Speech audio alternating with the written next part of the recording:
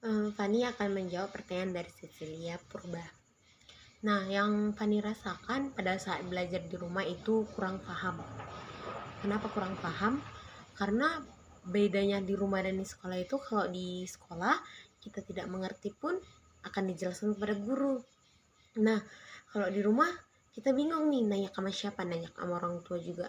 Kadang kurang tahu, terus kadang nanti kalau tanya teman pun teman juga kurang tahu. Nah, jadi kalau belajar di rumah itu sebenarnya enak dan nyaman gitu. Tapi jika kita kurang paham, eh, kita nggak tahu apa-apa gitu, kita bingung. Nah, yang Fani rasakan di rumah ketika belajar dari rumah itu, Fani kurang paham. Kurang paham itu dalam arti ketika guru mengasih tugas Fani kurang paham. Dan jika dalam arti menerima tugas tersebut, Fani menerima tugas tersebut yang dari guru. Tetapi Fani kurang paham tugas apa yang diberikan dari guru. Fani menerima semua tugas yang diberikan guru. Nah, kalau yang Fani rasakan sekolah dari rumah atau belajar online atau daring, Fani merasa ya santai gitu. Tapi satu sisi kalau misalnya dalam kendala Fani kurang tahu pembelajaran tersebut, Fani bingung harus tanya kemana. Misalnya ini kan kalau di sekolah nih kita tatap muka nih, contohnya kita tatap muka. Nah, otomatis kan kalau satu dari semua siswa kurang paham kan biasanya guru menjelaskan lagi.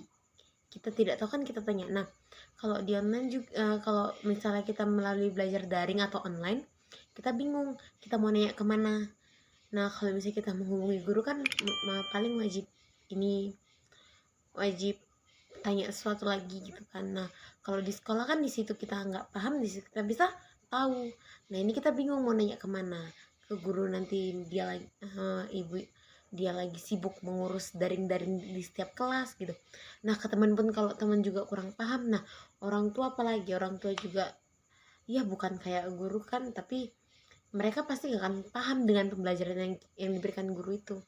Saya rasakan ketika belajar di rumah atau belajar online, Fani merasa tidak nyaman. Tidak nyaman dalam arti ketika pembelajaran diterima, Fani merasa tidak paham. Ada sebagian pembelajaran yang Fani tidak paham. Misalnya seperti perhitungan matematika atau yang lainnya. Nah, apakah saya bisa dapat menerima pembelajaran dari guru? Jawaban Fani adalah iya. Fani bisa dapat pembelajaran dari guru.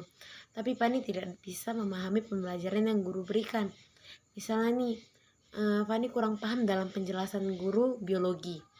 Nah, Fani di situ kurang paham dalam pemberian, apalagi setelah memberikan tugas. Fani pasti bingung dong dalam mengerjakan soalnya. Nah, kalau di sekolah, kalau misalnya Fani bingung kan Fani bisa tanya langsung. Ini kan Fani wajib berkomunikasi dengan gurunya.